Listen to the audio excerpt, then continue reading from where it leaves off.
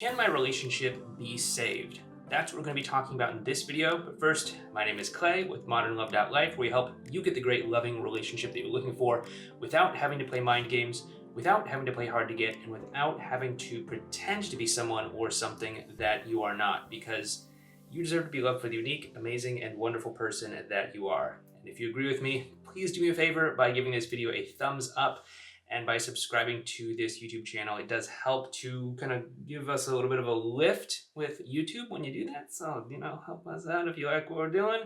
It couldn't hurt. Also, did want to let you know that we do have our new course called Effortless Connection.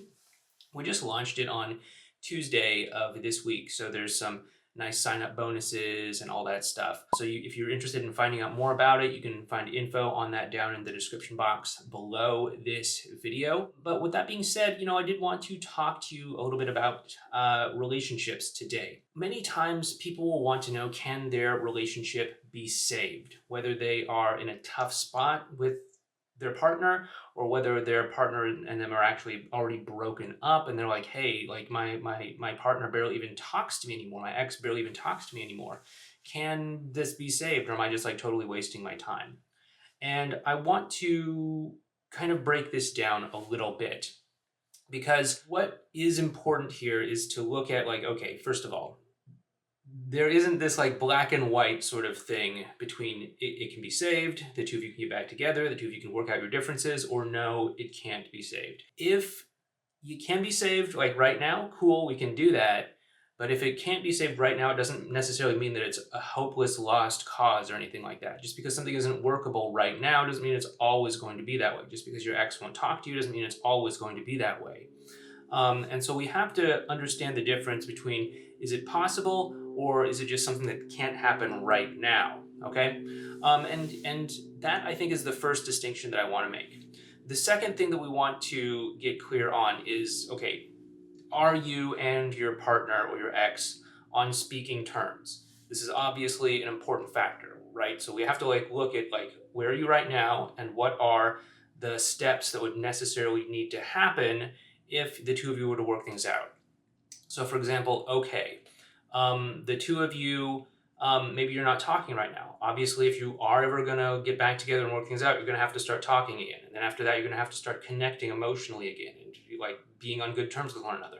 Then you're gonna have to do that a little bit more and build up a good track record and history of that. And then you're gonna have to create a compelling vision for them to step into getting back together with you, so that they can start to feel excited about a new possibility with you, okay? And then, of course, you just have to actually seal the deal and get them to, commit to you. But really, we want to look at okay, if these are the chain of events that have to happen in order to get from point A to point B, is this something that you can do right now? So, okay, are the two of you able to talk? If you're not able to talk, is it because of the fact that maybe the two of you just aren't talking right now, but if you were to pick up the phone and reach out to them, they would probably communicate with you? Or are they just so closed off because of hurt and pain and things that happened in the past that they just don't want to talk to you whatsoever? These are some things to think about, and these are some things that you're going to have to work through. Now, obviously, if they are open to talking to you, that's great. Typically, when I'm working with someone, the very first thing that will try to get them and their partner or their ex to do is to actually be on the same team with one another. Now, this can really only happen if the two of you are actually talking. So this is kind of a big thing here. But what you want to do is you want to get on the same team. And I know that this can look different ways depending on where you're at with one another. If you're broken up, being on the same team is just simply about being in agreement, so that there's no ulterior motives or hidden agendas or anything like that that can kind of come between the two of you. It might look like, hey, I know that things are a little bit undefined between the two of us, and they're kind of up in the air. I know it can be a little bit complicated, we obviously have our history, and we didn't work out for a lot of reasons. And at the same time, we're still talking. And I think you like talking to me. I definitely like talking to you. And I don't want to lose that. So let's just agree for now to be friends and just enjoy spending time with one another and not try and force anything that's not there. Is that something that you can agree to? That might be an example of a same team conversation. Whereas, if you actually are in a relationship and you're trying to make that relationship stronger, a same team conversation is obviously going to look different. It's going to say something like, hey, here we are, we're, I don't know, let's just say married to one another. And yeah, things have been a little bit rough recently. Now, I don't know about you, but I took my marriage vows very seriously. I'm pretty sure you did too. So let's just, find a way to make this work. Let's agree that we're in this relationship and we're going to find a way to make it work. So let's work together and let's be on the same team and figure out how to do this. Is that something that you can agree to? And being on the same team is a valuable first step because it kind of sets the tone for a lot of the other things that need to happen to make a relationship work. It also serves as a reference point that you can call back to in the future where for some reason the two of you aren't behaving on the same team. You can make a comment and say something like, hey, you remember that time back whenever when we had that conversation about being on the same team? Well, from where I'm sitting, it looks like that's not happening right now. Can you please help me understand what's going on from your side of things so that we can actually start to work together and be on the same team, or whatever your previous conversation, your previous agreement was. This is important because it kind of refocuses the two of you as being on the same team, and it sets you up to have better communication, better connection, better trust between the two of you.